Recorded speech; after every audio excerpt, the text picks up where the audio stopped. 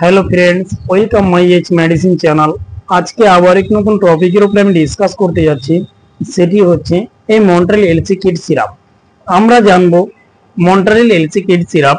আমরা জানবো এই মন্ট্রেল এলসি কিড সিরাপটি কি, এটির ইউজ, তার ডোজ এবং তার সাইড ইফেক্ট কি রয়েছে, এটি কত এমএল হয়ে থাকে এবং এটিকে কোন কোম্পানি ম্যানুফ্যাকচার করে থাকে, এই বিষয়গুলো আজকে এই ভিডিওর মধ্যে আমি ডিসকাস করব।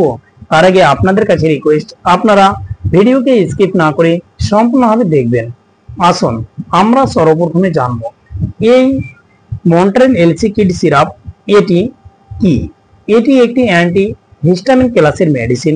তারপরে আমরা জানব এই মেডিসিনকে কোন কোম্পানি ম্যানুফ্যাকচার করে থাকে।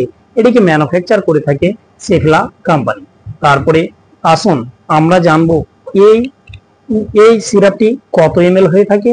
এটি 60 এমএল হয়ে থাকে। এবার আমরা জানবো এই সিরাপের মধ্যে কি কি কন্টেন্ট, কি কি মলিকুল দ্বারা এই সিরাপটি গঠিত হয়েছে। এই সিরাপের মধ্যে বেশ যে কয়েকটি কন্টেন্ট রয়েছে, যেমন রয়েছে আপনার মন্টালিকা সোডিয়াম লিভোসিট্রিজিন হাইড্রোক্লোরাইড, এটি নিয়ে গঠিত হয়েছে মন্ট্রেল এলসি কিড সিরাপ।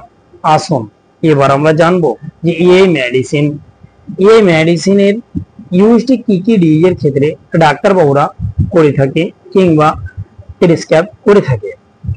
এই মেডিসিনকে বেশ কিছু ডিজিজের ক্ষেত্রে ইউজ করে থাকে, যেমন অ্যালার্জি কিংবা অ্যালার্জি রাইনাইটিস, এছাড়া চোখ লাল হয়ে যায় কিংবা চোখ দিয়ে জল আসে, এছাড়া নাক দিয়ে জল আসে, এছাড়া শুকনো কাশি, অ্যালার্জিযুক্ত কাশি, এছাড়া হাঁপানি কিংবা শ্বাস নিতে অসুবিধা হয়, সেই ক্ষেত্রে এই সিরাপকে ডাক্তারবাবুরা প্রেসক্রাইব করে থাকে।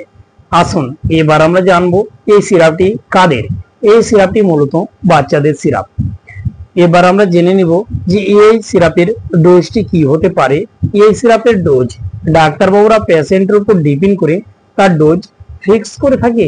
যে সমস্ত শিশুদের বয়স 5 বছর, তারা 5 ml করে সে নিতে পারে দিনে 2 বার। আসুন এবার আমরা জানবো এই মেডিসিনের কি কি সাইড ইফেক্ট, কি কি সমস্যা দেখা দিতে পারে।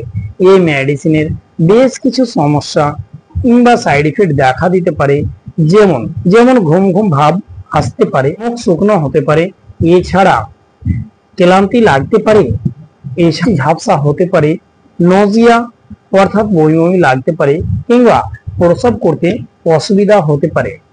এই সমস্ত সাইড ইফেক্ট গুলো কিন্তু দেখা দিতে পারে। তাই আপনাদের কাছে রিকোয়েস্ট, আপনারা যখনই কোনো মেডিসিন ব্যবহার করবেন ডাক্তারের পরামর্শ নেবেন, তারপরেই ব্যবহার করবেন। ভালো থাকুন, সুস্থ থাকুন। আসি পরে ভিডিও আবার দেখা হবে।